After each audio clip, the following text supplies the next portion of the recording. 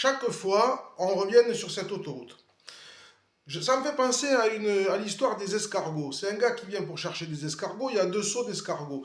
Il voit qu'il y a un seau d'escargots où les escargots sont partout, ils se baladent où ils veulent. Il y a un autre seau d'escargots où ils sont tous au fond.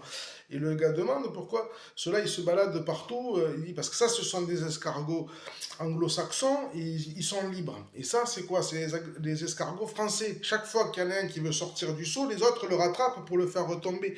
Mais c'est un peu ce qui se passe. Donc tu dois, à un moment donné, te choisir, ne plus regarder les autres, finalement, et ne pas en parler. Parce que si tu parles, à un moment donné, de toutes tes démarches que tu vas faire dans la spiritualité, la France, le pays même, je dirais l'Europe, hein, en général, est très peu ouverte d'esprit.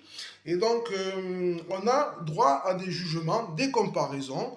Voilà, même on va peut-être même te faire la morale. Donc, il y a une chose, c'est que Dieu, l'univers, la conscience, la vie, voilà, cette énergie-là existe.